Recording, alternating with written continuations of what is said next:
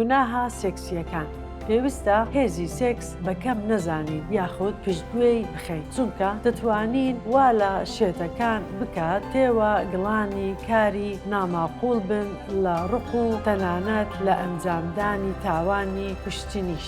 ڕێگەم پێ بدەن بە سادەیی بڵێم کە یەکێک لە سەلماندنەکانی ئەوەی کە کتێبی پیرۆز بە سیپارەی پێدابوونە تا سیپارەی ئاشکرابوون وشەی خوددایە، ئەو شێوازەیە کە ڕوحی پیرۆز لە ڕێگەی پیاوە پیرۆزەکانەوە وا کتێبی پیرۆزیان نووسیوە بە شێوەیەکی زۆر ورد باسی بەدکاری مرۆڤیان کردووە، بە تایبەت ئەو بەدکاریانە کەوا پەیوەندیان بە گوناها سێکسیەکانەوە هەیە. لێرەدا لە ئینجیلی مەتا ئەو شتا دەبینین کە پەیوەندی بە یەحیای لە ئاو هەڵکێشەوە هەیە. دەبینین بە شێوەیەکی کوت و پڕ و ورژینەر ئەم بنەمایە ڕوون دەکاتەوە کە دەتوانین ناوی لێ بنین کاری ناماقوڵ و نالۆژیک لە ڕقبوون تەنانەت ئەنجامدانی تاوانی کوشتن کە هاوکاتە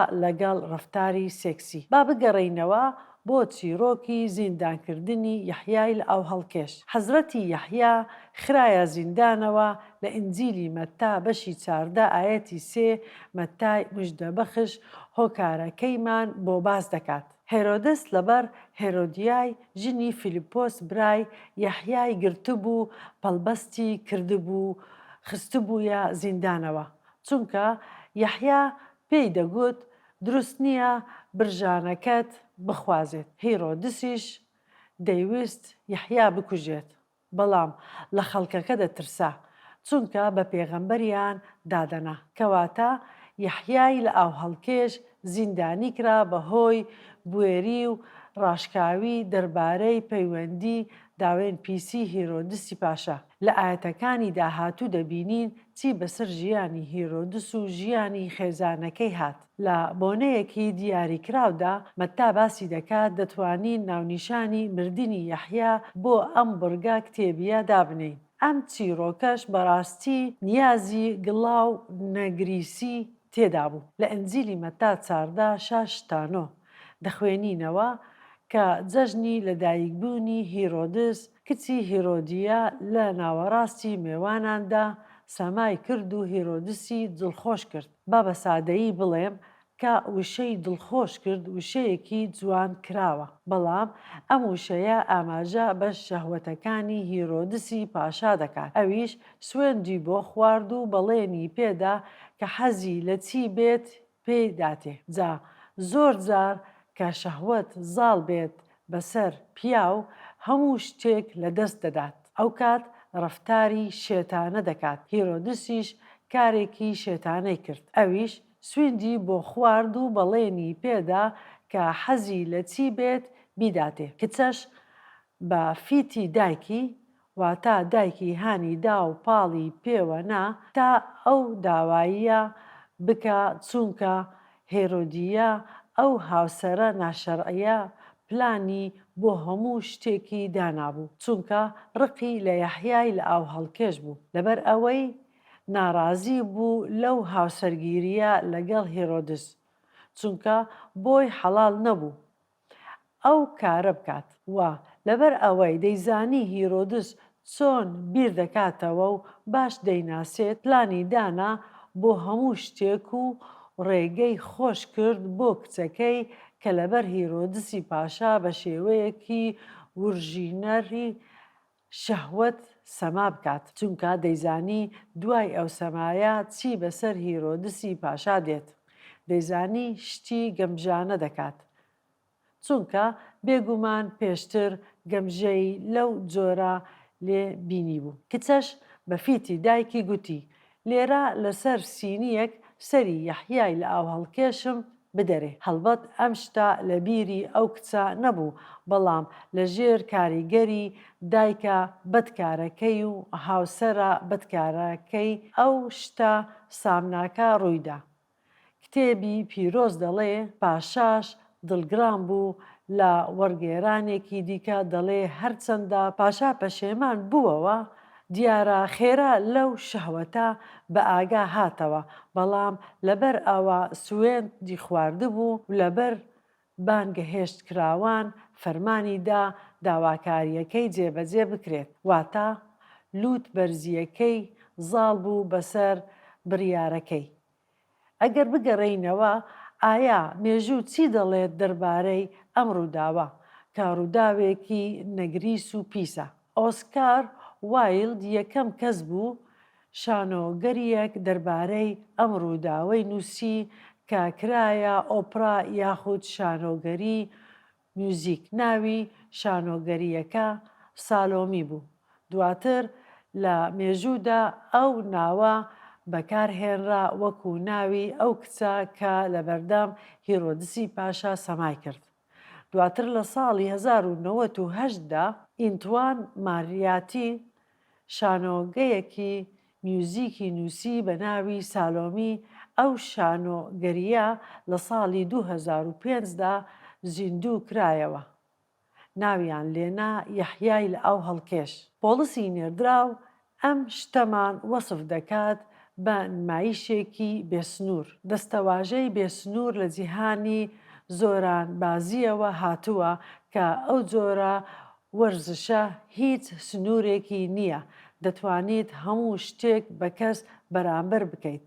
هیچ یاسایەکی نییە. ئەوەش لە ڕاستیدا بوو بە هۆکاری ڕەفتارێکی درندانە، کەواتە پۆلیسی نێردراو وێنایەکمان پێدەدات دەربارەی ئەو بارودۆخە لە دەست دەرچووی تەواو و نەبوونی سنوور. لەگەڵ مرۆڤایەتیش هەمان شت ڕوودەدات کاتێک خەڵک گەندەڵی بکەن. ئەوەش لە نامەکەی دەبینین بۆ ڕۆما بەشی یەکەم. لەوێدا پۆلس بە کردەیی ئەو گەندەڵی و کەوتنە ڕەوشتیە بە سێکسیبوونی ئادەمیزاد وەسف دەکات. لە ئایەتی 28 نامەکە بۆ ڕۆما لە بەشی یەکەم دەڵێ: سەرەڕای ئەوەش نەیان دەویست لە ناسینی خوددا بەردەوام بن، خودداش ئەوانی دایە دەست مێشکی گەندەڵیان تاکو ئەوە بکەن کە ناشێت. لێرە بە شێوەیەکی سەرەکی دەڵێت کە ئەوان وازیان لە خوددا هێنا بە زانست و زانینی خۆیان. بەدیهێنراویان پەرست لە جیاتی بەدیهێنەر باڵندە و ئاژەڵیان پەرست و لە کۆتاییدا دەستیان کرد بە پەرستنی خشۆک. لەم کۆمەڵە نمونەی ڕوونکردنەوەدا دەتوانن ڕادەی ئەو کەوتنە ببینن. ئەگەر بڕوانینە مێژووی ڕۆمانی و گیرکی بە سەردانێکی مۆزەخانەکان، ئەو شتانەمان بۆ دەردەکەوێت کە پۆلیسی نێردراو باسییان دەکات. پۆلیسی نێردراو دەڵێ سەرەڕای ئەوەش نەیان دەویست لە ناسینی خوددا بەردەوام بن، خودداش ئەوانی دایە دەست مێشکی گەندەڵیان تاکو ئەوە بکەن کە ناشێت. پڕبوون لە هەموو ناڕەوایی و خراپە و چاوچنۆکی و بەدکاریەک، پڕ لە ئێرەیی و کوشتن و دژایەتی و فێڵبازی و زینابەخشی. غەیبەتکارن بێگومان. ئەمە وەسفی ئەوەیە کە ڕوویدا لەگەڵ هیرۆدس و هێرۆدیە بە هۆکاری کاریگەری کچەکەی کە سەری یەحیای لە ئاو هەڵکێش بڕا. ئەوە نمونەیەکی ورژێنەر و درامیە بۆ ئەم جۆرە کەوتنە. قەشەجین ئەم پرسیارە دەخاتە ڕوو. پێم وایە ئەمە پرسیاری پەیڕەوکردنە. چۆن ئەم چیرۆکە شەهوەت و کوشتنە یارمەتیمان دەدات بۆ ڕوونکردنەوەی هەندێک ڕووداوی گڵاو و پیسانە کە لە جیهانی ئەمڕۆ ڕوودەدەن. ئەمە بەزەقی دەبینین لەم ڕۆژانەی ئێستا.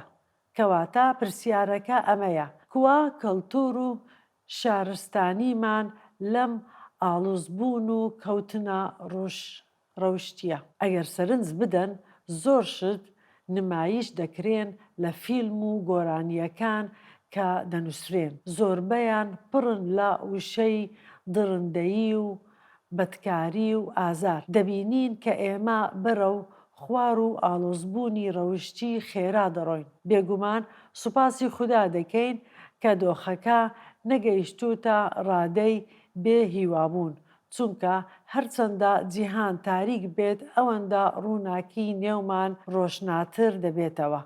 بێگومان ئەوە ئەگەر ببین بە بەشێک لەوەی لە جیهان ڕوودەدات. هەر بۆیە پۆلیسی نێردراو ناچار بوو بنووسێت تەنانەت لە سەدەی یەکەمی زانی بۆ باوەڕدارانی بنووسێت کە ڕووە و ئەو دۆخە چوون کە لە جیهانی ڕۆمانی ڕووی دەدا و بەرەو مەسیح هاتبوون. لە نامەکەی بۆ خەڵکی ئەفەسۆس 5:1-4 دەڵێ کەواتە وەگڕۆڵەی خۆشەویست لاسای خودا کەنەوە لە خۆشەویستیدا بژین وەک مەسیح خۆشەویستن و لە پێناوی ئێمەدا خۆی بەخت کرد. قوربانیەک و سەربراوێک بۆن خۆش بۆ خودا. واتای چییە لە خۆشەویستیدا بژین؟ بێگومان واتە زۆر شت، بەڵام ئەوەش دەگرێتەوە کە چۆن بەخشین بەکاربهێنین کە خودا پێی داوین. واتە بەخشینی سێکس لە بازنەی هاوسەرگیری پیرۆز دەبێ بە پێی مەبەستی خودا بەکاری بهێنین. بۆیە پۆلیسی نێردراو لە نامەکەی بۆ خەڵکی ئەفەسۆس بەشی 5:3-4 دەڵێ بەڵام داوێن پیسی و هەموو گڵاوەیەک یان چاوچنۆکیەک با لە نێوتاندا ناوی نەبێت، چونکە ئەمانە لەگەڵی پیرۆزی خودا ناوەشێتەوە، نەک بێشەرمی و قسەی ناشیرین و سووک کە ناشێت، بەڵکو لە جیاتی ئەمە سوپاسکردن. پۆلیسی نێردراو دەڵێ کە هەرگیز نابێ ئەوە ببێتە بەشێک لە ژیانی باوەڕداری مەسیحی لە ڕووی کردار و بەشداری یان تەنانەت چێش وەرگرتن لەو جۆرە ڕەفتارە. کەواتە کە لەم وانەیە ڕادەمینێن دەمانگەڕێنێتەوە بۆ بنەمایەکی زۆر گرنگ کە دەبێ بایەخی پێ بدەین و لەسەری بژین تا ببینە نمونە و پێشەوە بۆ کوڕ و کچەکانمان، هەروەها بۆ ئەوەی یارمەتیان بدەین لەم زەمانە سەختە، زەمانی تەکنۆلۆژیا و ئەنتەرنێت و فیلمەکان، تاوەکو بەرەنگاری بەدکاری بکەن و ڕووبەڕووی بوونە لەم جیهانەدا. کەواتە بنەماکە بە سادەیی دەڵێت پێویستە هێزی سێکس بە کەم نەزانین یاخود پشتگوێی بخەین، چونکە دەتوانیت وا لە شێتەکان بکات تێوە گڵانی کاری ناماقوڵ بن لە ڕق و تەنانەت لە ئەنجامدانی تاوانی کوشتنیش.